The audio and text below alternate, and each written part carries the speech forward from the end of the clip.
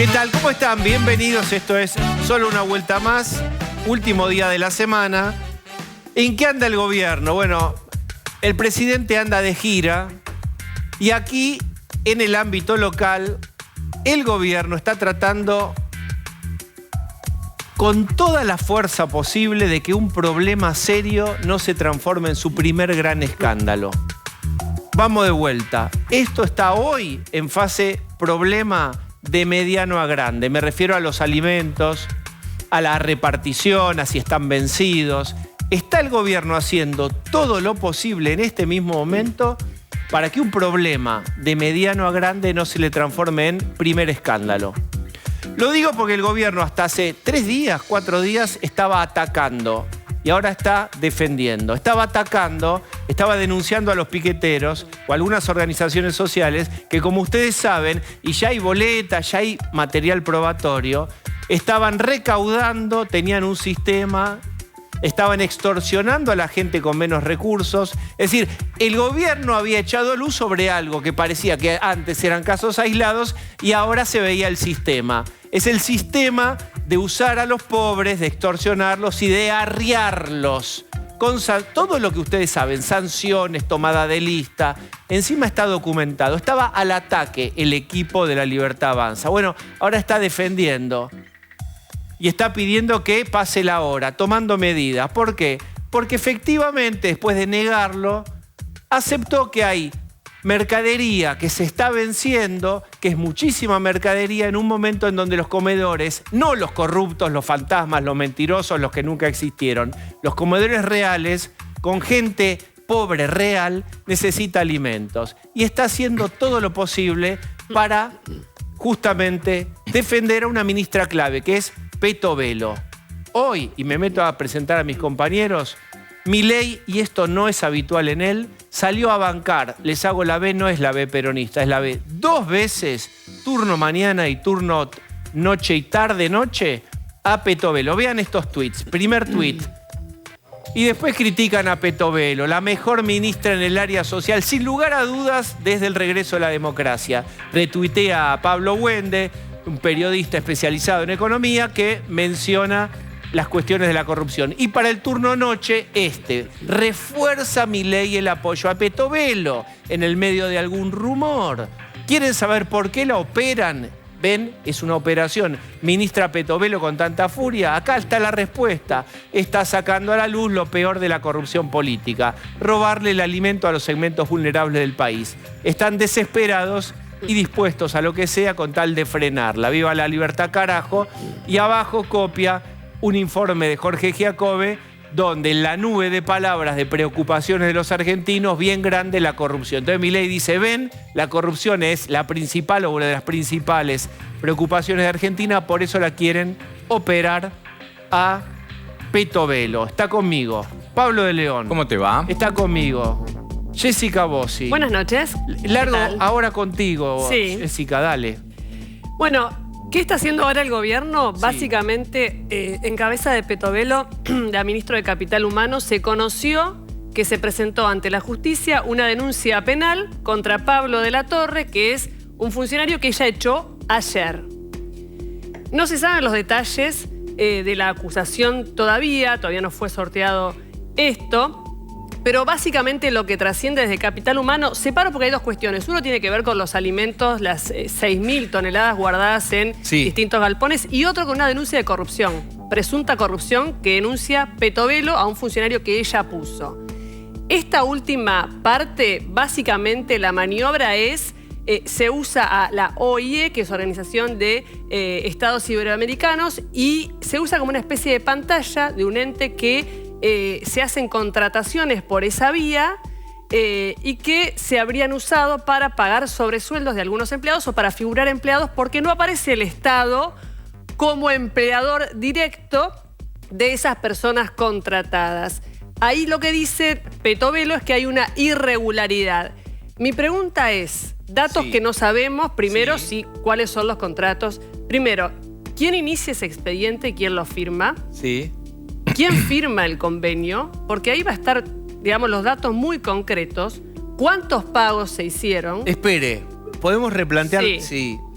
quiero repetir las preguntas. Ahí vuelvo a vos, Pablo. Sí. Vuelvo con esas preguntas. Pablo. La ministra Petovelo habla de unos 123 contratos, que sería el número que se dice que Pablo de la Torre habría arreglado. ¿Para qué? Para caja política de los de la Torre. Acá aparece un problema doble. Aparece este funcionario que estuvo que tenía trato directo con el presidente, y aparece su hermano Joaquín de la Torre, un cacique político de San Miguel, que hace pocos días, lo charlábamos con Jessica, apareció en el despacho. Sí. Es más, Florencia Arieto había puesto una foto de los senadores de la Libertad Avanza, como que se ampliaba políticamente la Libertad Avanza en la provincia de Buenos Aires. Bueno, todo esto está absolutamente en crisis. Lo que me dicen es que Pablo de la Torre intentó una gestión con el presidente poco antes de la denuncia, le mandó un mensaje al presidente y que la respuesta habría sido: a la vuelta hablamos. Al rato que pasó, aparece esta denuncia en la justicia penal. Acá aparece una situación, y tomo lo último que decía Jessica, hay que ver al final quién puso la firma. Y acá dicen, se están equivocando porque acá las firmas están de todos y fundamentalmente la de la ministra. Bien, vamos a ordenar esto porque yo decía, el gobierno estaba atacando, en la metáfora futbolística, ahora está defendiéndose de dos cuestiones. La denuncia que la empezó además Grabois, ¿verdad?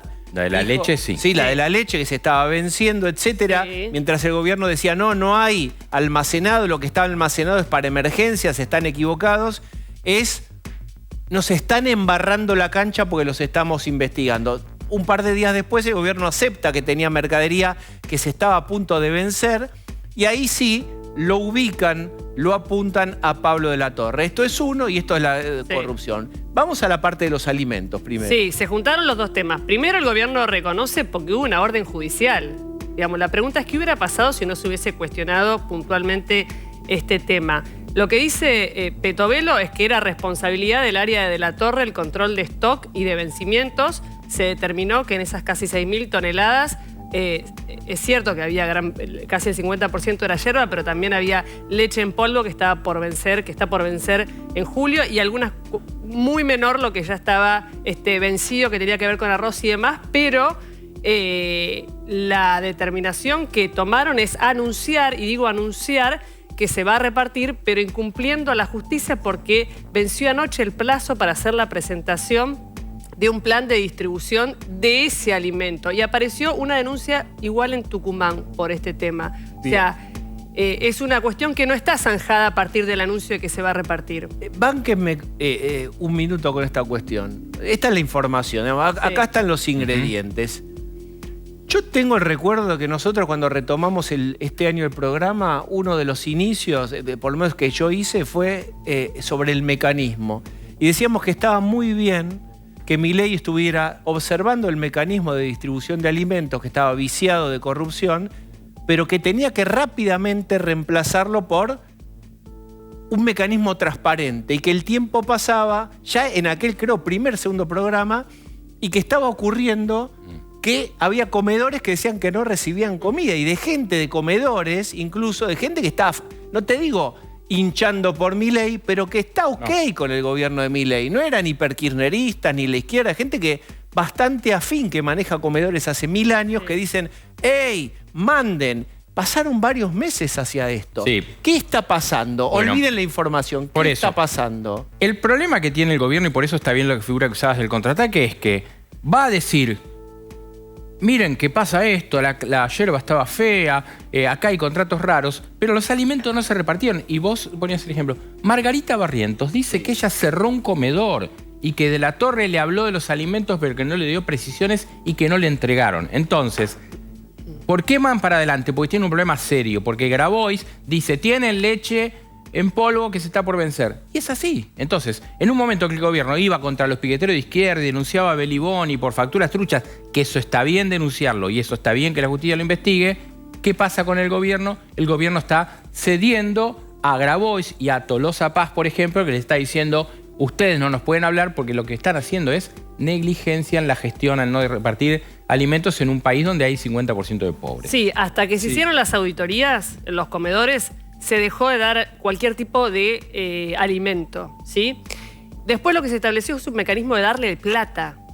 Y hay comedores que están recibiendo la plata para hacer sus compras. A mí lo que me cuentan es una información más de territorio, es que también hay una rivalidad porque estarían recibiendo más aquellos vinculados o con la iglesia o con algunos sectores de la religión que otros más vinculados, por ejemplo, a los curas villeros y a los movimientos sociales. Sí. Entonces la queja se mezcla un poco con cómo te alineás, es lo que dicen en el territorio, desde los curas que trabajan ahí y demás. Y yo tengo una última mirada que es, ¿y por qué esto no explotó si están cortando los alimentos? Me dicen que también hay intendentes, porque cuando algo explota, la explosión, vos no podés calcular hasta dónde va, hasta los escombros donde caen. Que hay intendentes que están poniendo ellos alimentos para que no les explote. Está con nosotros Juan Maquieira, que es el director ejecutivo de una organización que se llama Techo Argentina, que ayuda a los que tienen justamente una carencia de viviendas, una carencia habitacional. Trabaja hace muchos años con gente en situación de extrema carencia y vulnerabilidad. Bienvenido, ¿cómo estás? Muy bien, muchas gracias por la invitación. Bueno, ¿cómo es el circuito de los comedores? ¿Qué nos podés acercar con un Zoom? Es interesante lo que decían recién con respecto a qué pasa cuando no llegan alimentos a un comedor. Y lo que pasa es que las personas que lideran esos comedores, que en general además son mujeres, se organizan para cocinar lo que sea, para conseguir lo que sea, para poder seguir dando comida. Muchas veces haciendo rifas para juntar plata para poder comprar vivienda, muchas veces yendo a los intendentes. Pero en general lo que no pasa en un comedor es que las referentas, las personas, las mujeres que lo lideran, dejan a la gente en banda. Sí creo que es muy importante que más allá de todas estas acusaciones cruzadas que recién hacían referencia, tengamos claro que hoy en Argentina 1 de cada 2 niños que nace en situación de pobreza. O sea, la mitad de los argentinos que nacen hoy nacen en situación de pobreza. Lo primero que tenemos que hacer todos los que estamos trabajando en el sector social, quien le toca ser funcionario, quien le toca ser dirigente social, quien le toca trabajar con una empresa que le licita al Estado y le vende alimentos, quienes dan de comer en los comedores, es pensar cómo hacemos para que ese chico deje de ser pobre. Y ese chico necesita una vivienda adecuada, necesita alimentos adecuados, necesita poder ir a una escuela, necesita poder ir a un hospital o a un centro de salud si le pasa algo. Y el día que crezca necesita poder conseguir trabajo. Lo primero que tenemos que pensar hoy es que una de esas cosas que tiene que ver con la comida, que es la que estamos conversando hoy, no está llegando. Lo primero que hay que pensar es cómo hacemos para que todas esas toneladas de comida que recién hacían referencia lleguen a los comedores. Por supuesto, como decía Pablo, también es importante que todo peso que el Estado decida invertir en alimento, en vivienda, en infraestructura, llegue directamente donde tiene que llegar. Y en ese sentido, todos los que trabajamos de distintas maneras en lo social y sobre todo cuando trabajamos en vínculo con el Estado, tenemos la responsabilidad de presentar las auditorías correspondientes, de ser transparentes, y hay muchísimas organizaciones que trabajan por su cuenta. ¿Es mejor para vos que el Estado, si tiene que dar una contención, lo haga en dinero en vez de en reparto de alimentos? ¿Crees que es mejor ese mecanismo de darle plata al comedor para que compre sus cosas? Creo que si ese mecanismo está aceitado y funciona bien, es un buen mecanismo. Si se llega con recursos directamente y si los recursos son monetarios para que el comedor pueda hacer la compra correspondiente, creo que es bueno. Un comedor puede elegir, yo prefiero la plata, no, dame alimentos, o no tiene chance. Hoy está en camino, como contaba Jessica, esa reforma. Todavía hay un sistema mixto, creo que se va a ir avanzando en esa línea. Puede ser una buena línea en la medida en la que se hagan las auditorías correspondientes también de qué se hace con ese plata. Dinero. No desde la desconfianza, sino desde que hay buenas reglas ordenadoras con respecto a qué tipo de comida dar, cada cuánto darla, etcétera. Y esas son las cosas que es bueno que se cumplan. Pero también es bueno remarcar que en general las personas que lideran los comedores son las primeras interesadas en dar buen alimento. Y eso pero hay un tema con el tema de la plata, porque cuando nosotros estamos viendo, ¿qué estamos viendo? Bueno, se dice que hay mucha yerba, pero también después hay harina, hay leche en polvo. ¿Qué hace la gente tipo las Margaritas Barrientos que manejan? Cuando compran, si tienen plata, van a comprar pescado, pueden comprar pollo, pueden comprar huevos, cosas que por ahí en este tipo proteína. Claro, que en estos cargamentos, lo que pasa en Villa Martelli ahora o en Tafí Viejo, en Tucumán, esas cosas no las compran. Y ahí eso vos ves que falta que vayan y que tengan las proteínas que decía Diego y que son necesarias. Nosotros lo que vemos, Techo está presente en toda la región de la Argentina. En 12 provincias tenemos oficina y estamos en más de 70 comunidades con mesa activa. O sea, voluntarios de techo van los fines de semana a trabajar con los hombres y mujeres de los barrios que tienen ganas de trabajar para mejorar el barrio.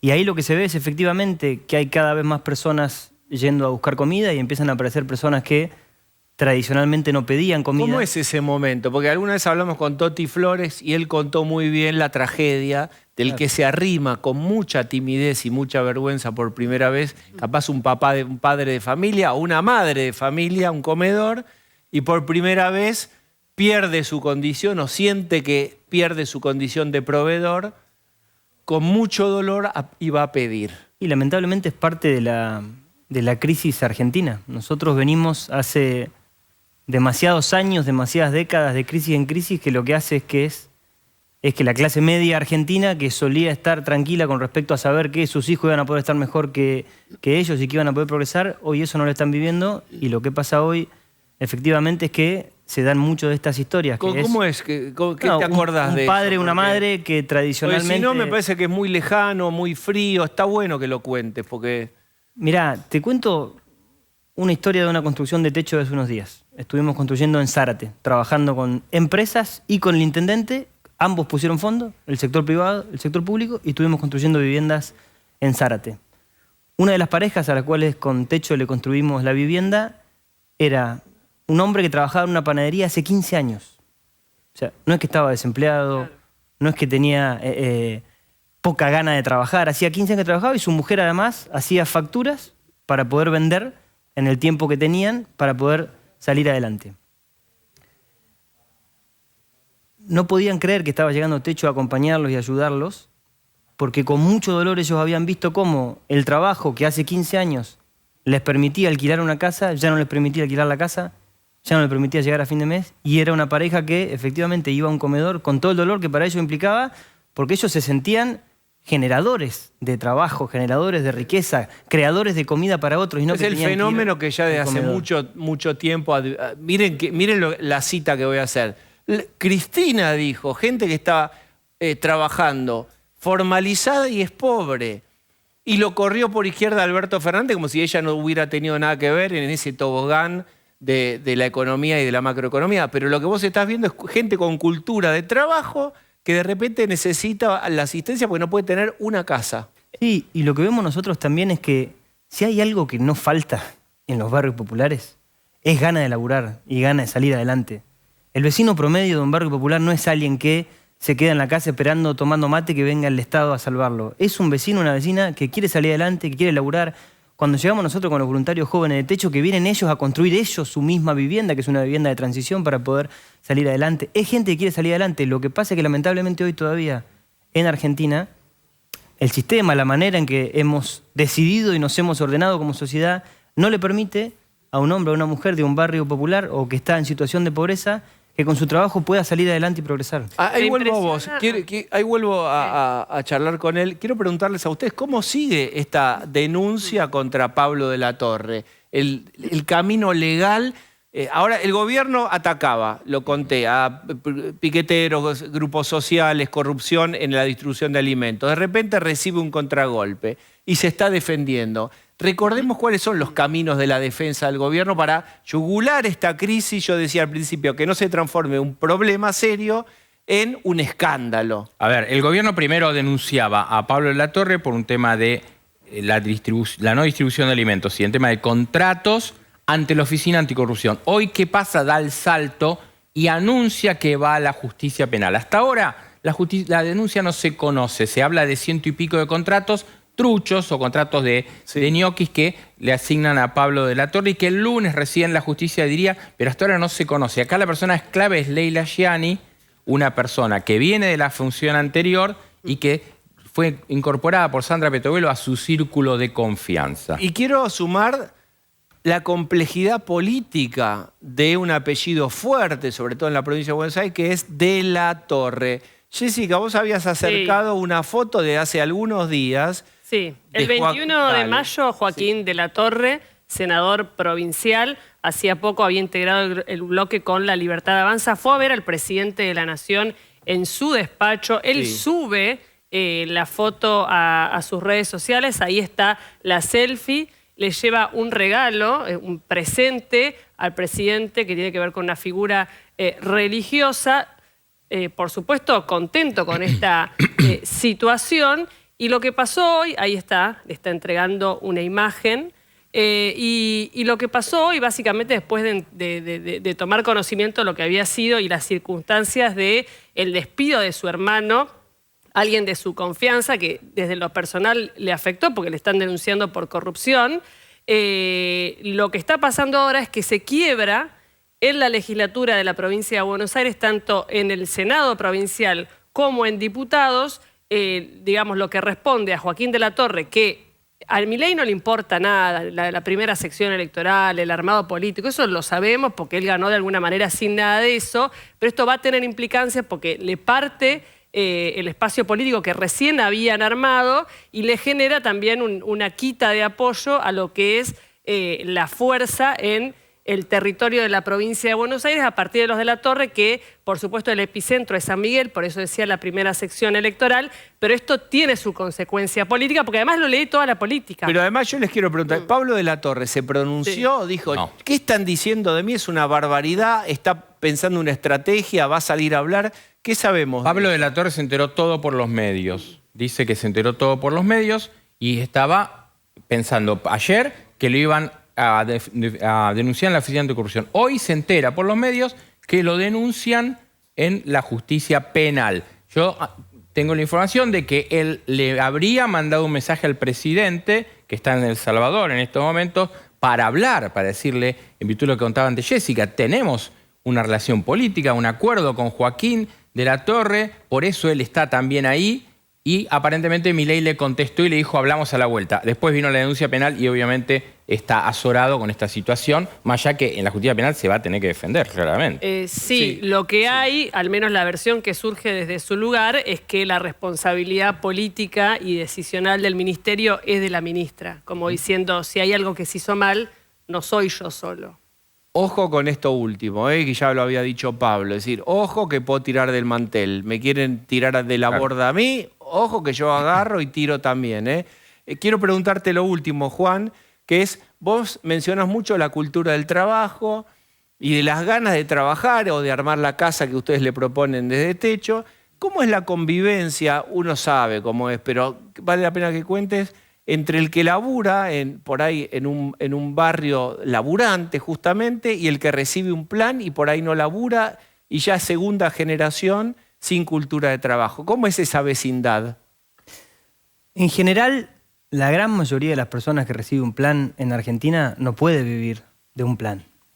La canasta básica en Argentina hoy para una familia de 3 personas debe estar en 700.000 pesos o algo así. Sí. Una asignación universal por hijo son 75.000 pesos. Es un décimo de lo que implica poder no estar en situación de pobreza. Con lo cual, lo primero que creo que es importante marcar es eso. La mayoría de la gente, aunque reciba un plan, igual sale a laburar, igual busca laburo. Es verdad que hay algunos casos de personas que no, como también le pasa a los maestros, que muchos eligen ir siempre a laburar y hay algunos que no. Y le pasará al que labura en una fábrica, que hay alguno que se hace siempre el gil y otro que no. Pero la generalidad... ¿Destruye la cultura del trabajo? Digamos, mito real. ¿Destruye la cultura del trabajo la prolongación de recibir un plan, recibir un plan, recibir un plan? Creo que no podemos tirar al aire, y te agradezco la pregunta porque permite hablar 2 segundos de esto, afirmaciones como planes sí o planes no. Es una dicotomía falsa. No hay ningún país desarrollado del mundo que no tenga algún mecanismo para una persona que está en situación de pobreza. Está bien que acompañemos a la persona que está en situación de pobreza. Bien. Lo que también tenemos que generar es el marco para que tal vez... No, que se hipertrofie, que todo el sistema, que sea una coyuntura, se coma... Sobre todo, Diego, en un momento en el cual, de nuevo, 1 de cada 2 pibes son pobres y lo que vemos que pasa muchas veces con la política es que denuncia contra denuncia, grito contra grito. ¿Por qué no nos ponemos a elaborar para ver cómo hacemos para que todos esos alimentos lleguen a los vecinos y vecinas de los barrios populares? Para que se reactiven las obras de infraestructura también en los barrios que están paradas y que eso hace que no haya laburo, que no haya agua, que no haya cloacas. En eso tenemos que estar trabajando. Muchísimas gracias por haber venido. Muchas gracias a ustedes por la invitación. Muy bien, vamos a hacer una parada de descompresión y qué mejor para eso, siendo las... 20:26. ¿Qué hora es? 20:26. Las 20:26. los clics políticos de Pablo de León. Bueno, muy bien, vamos, venga. ¿Viene la grúa o viene un portaaviones? Primer clic político, señor director, vamos. ¡Upa! Y la música es...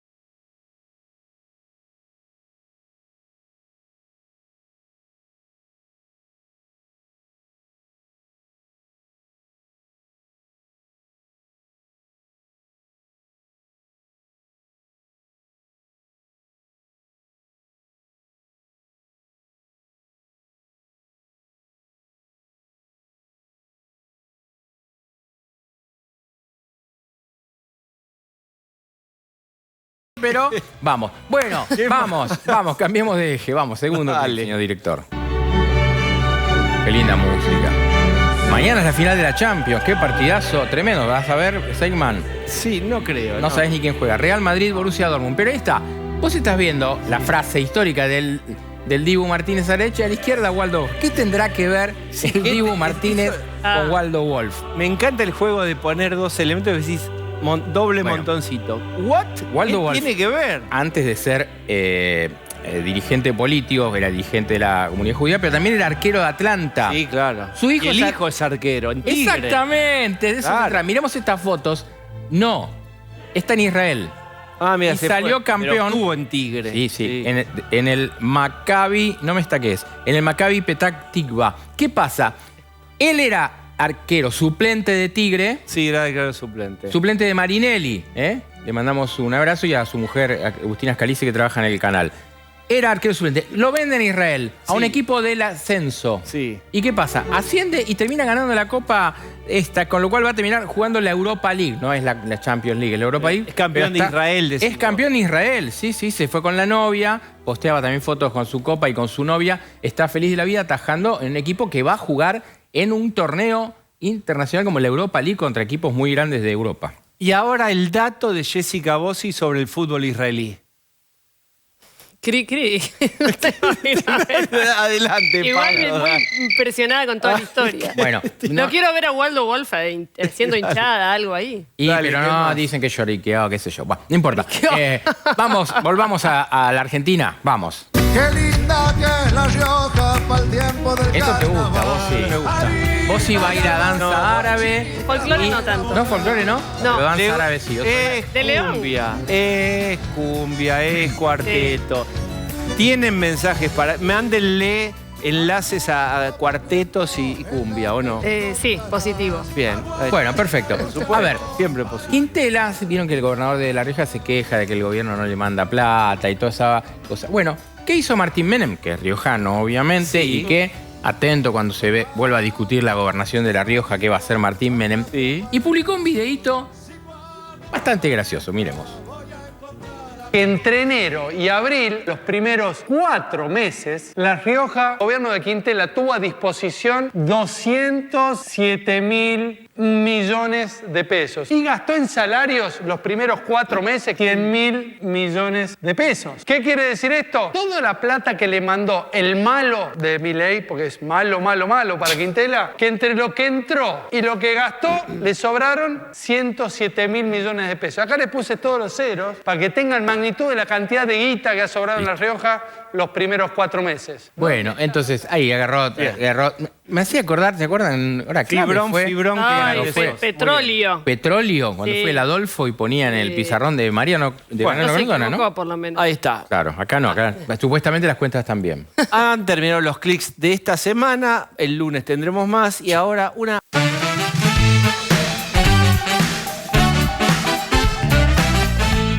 Vamos a hablar, miren, con uno de los empresarios argentinos más importantes, sobre todo en tecnología, fundador de 5 unicornios, clínicas de fertilidad sumamente exitosas, por ejemplo, en todo Estados Unidos, ahora vive en España. Me refiero a Martín Varsavsky, que además ahora nos atiende desde San Francisco, Silicon Valley, donde estuvo reunido, ahora ya Milei no está allí, pero él estuvo en algunas de las reuniones del presidente argentino con los número 1 de estas empresas tecnológicas tan importantes. Martín, ¿cómo estás? Gracias por atendernos. Bien, muy bien. Buenas tardes a todos. Bueno, en el vértigo de las noticias, una cosa pareciera que tapa a la otra. Yo quiero volver un minuto con vos a refrescar cuál es para vos, que los conocés. Yo tengo entendido, decime, ¿vos chateás con Elon Musk? Sí, lo conozco, sí. Sí, chateamos, sí. Bien, ahí estamos. Ahora estamos todos entendiendo. ¿Qué significa las reuniones de Milei con los número 1 de las tecnológicas?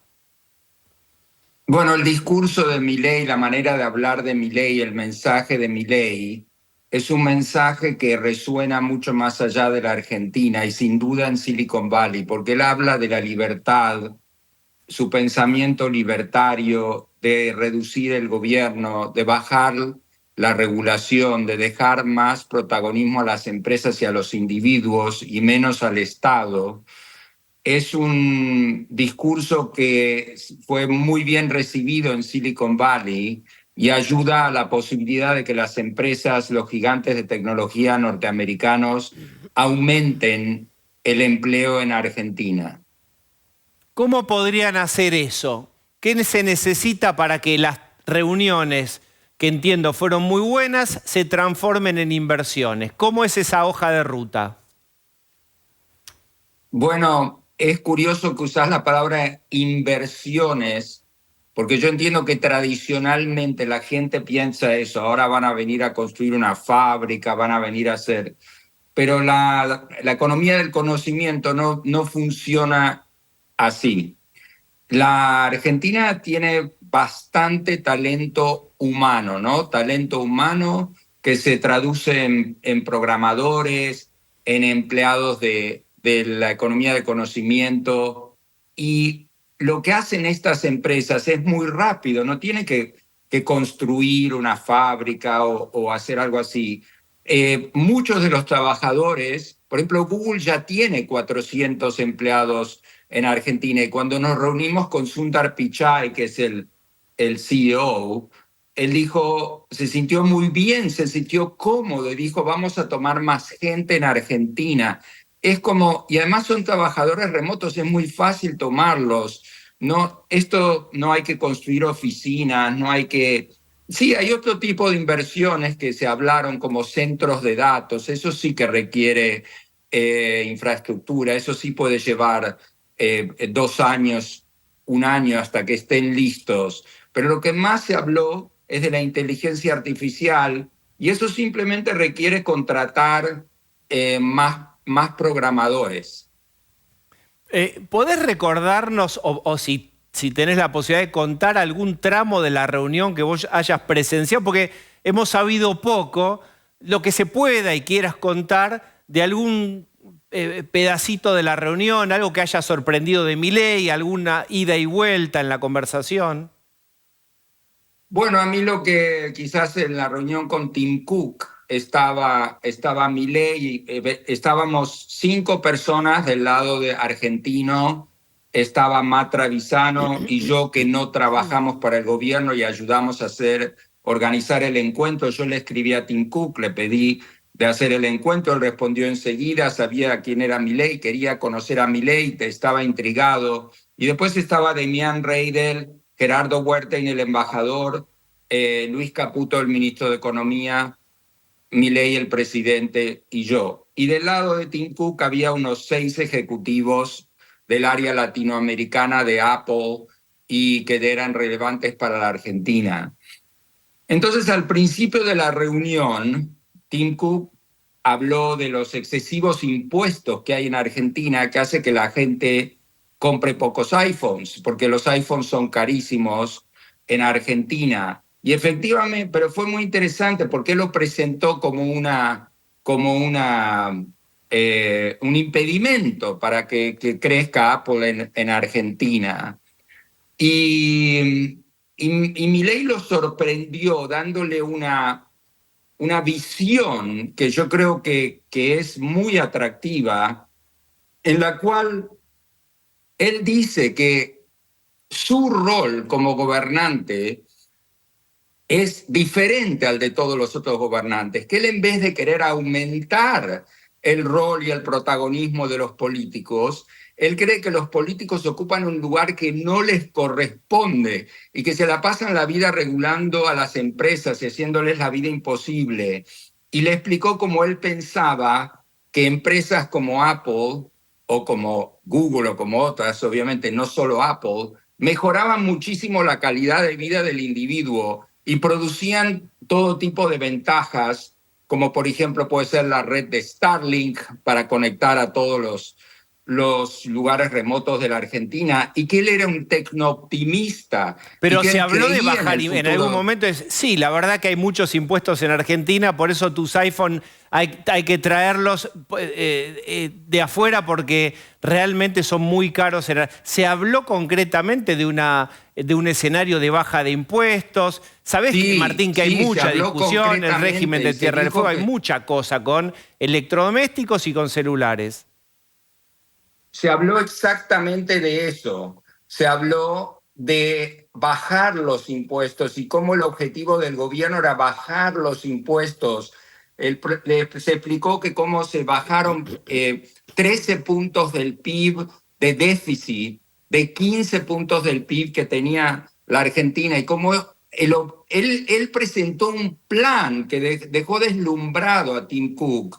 Tim Cook se quedó sorprendido de que la Argentina tenía un plan para efectivamente bajar drásticamente esos impuestos y bajar drásticamente muchos impuestos.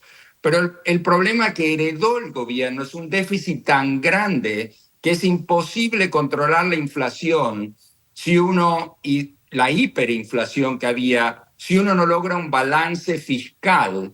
Pero al presentar el plan de una manera creíble, paso por paso, porque Milei es muy... Bueno, y también Toto Caputo participó y habló en detalle de cómo funcionaba este plan.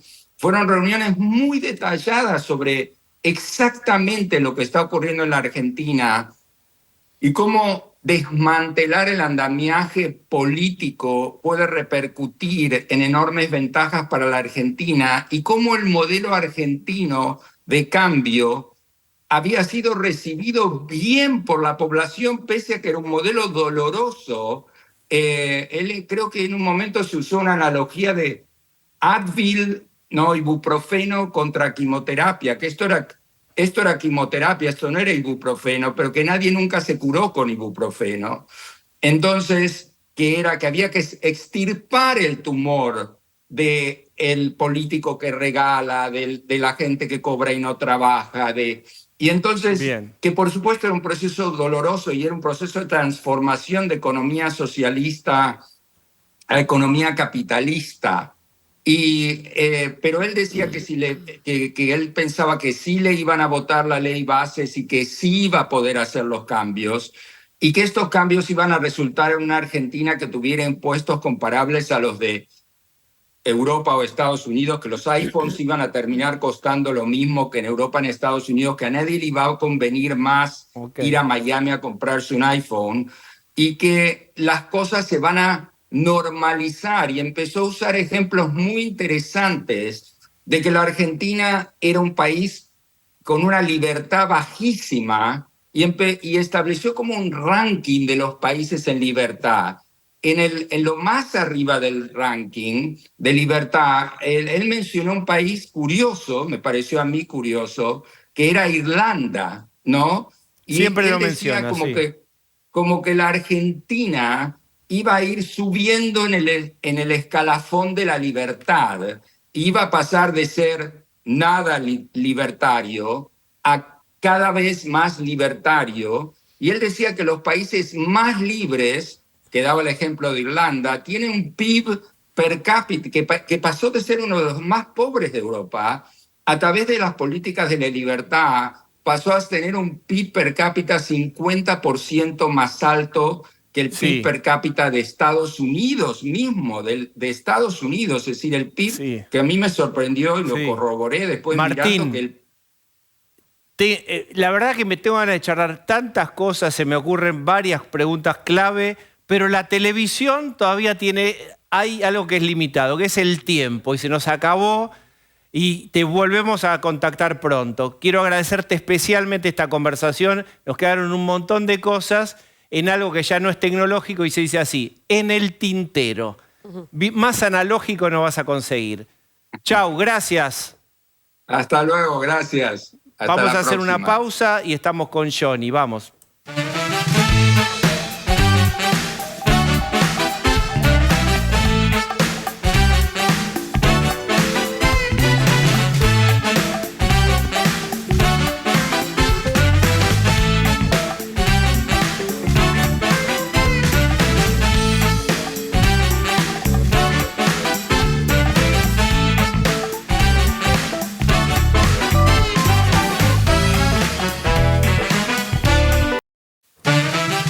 ¿Cómo estás? ¿Cómo le va, señor?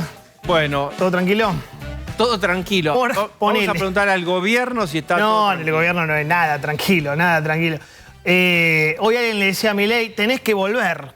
Con el quilombo que hay, tenés que volver. Pero bueno. Johnny, yo lo decía al inicio del programa, Sí. el gobierno tiene que hacer y está haciendo todo lo posible para transformar un problema que no se le transforme en el primer gran escándalo. Sí, bueno, Tiene es que es. todas las medidas para no tener ya un primer escándalo. Pero el Hoy es un escándalo problema. Que el no se transforme en un escándalo, escándalo. para mí lo es. Lo bueno es que reaccionaron más lento, más rápido, la verdad que no lo sé. Echaron a este hombre de la Torre dice, no, yo no, fíjate que ella también tiene. Pero bueno, vos ayer me preguntaste, ¿hay denuncia penal? Y yo te contesté, hay denuncia en la Oficina Anticorrupción. Y vos me miraste con cara como diciendo, me falta algo. Bueno, hoy se presentó la denuncia penal del Ministerio de Capital Humano. Ahí estamos recibiendo algunas partes. Están muy reticentes a dar la información completa.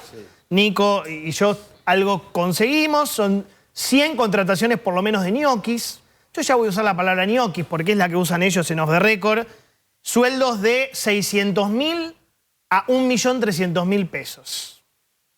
Para empezar. Supuestos contratos. Abrile, Nico, así.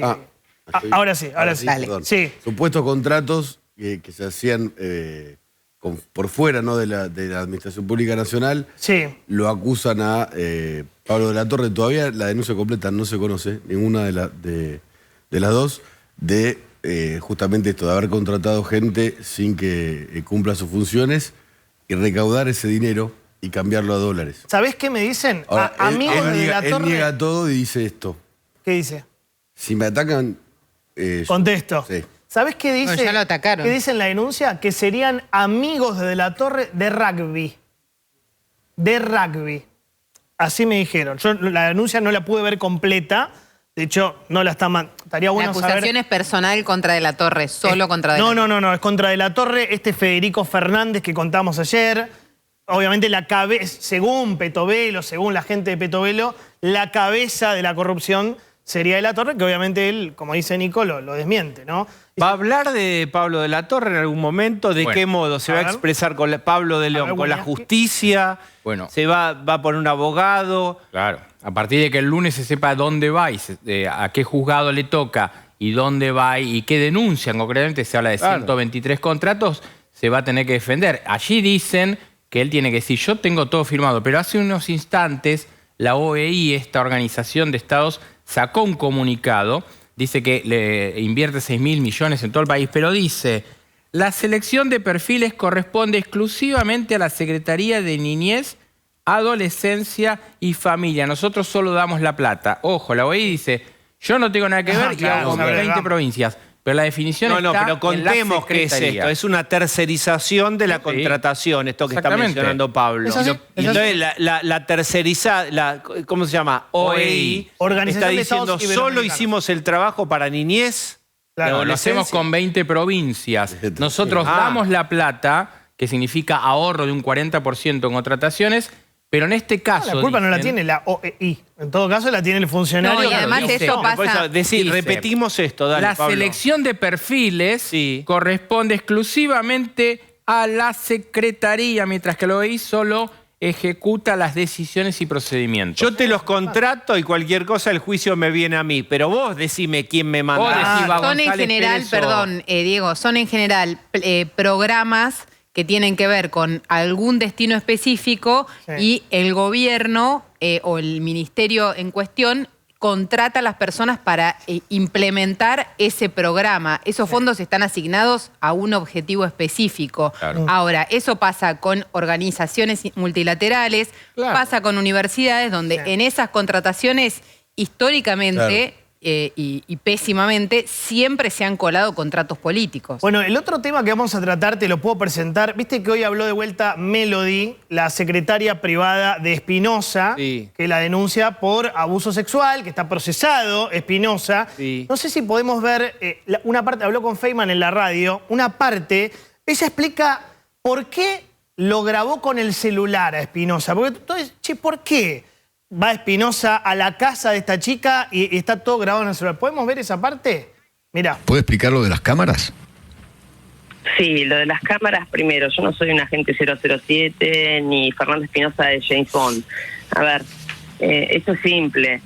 Yo no tengo cámaras, nunca tuve cámaras dentro de mi domicilio, ¿sí? Yo lo que tenía era miedo. Lo único que tenía en cada metro de mi casa era miedo cada vez que Fernando Espinosa entraba a mi domicilio. Y presión, claro que tenía presión. Si estaba recibiendo un intendente porque se autoinvitaba a mi casa, ¿cómo no voy a sentir presión y miedo? Pero no tenía dispositivos. Yo lo único que tenía era un celular grabando por si me pasaba algo, porque venía custodiado tengo entendido, por personas que estaban armadas. ¿Cómo no voy a tener miedo?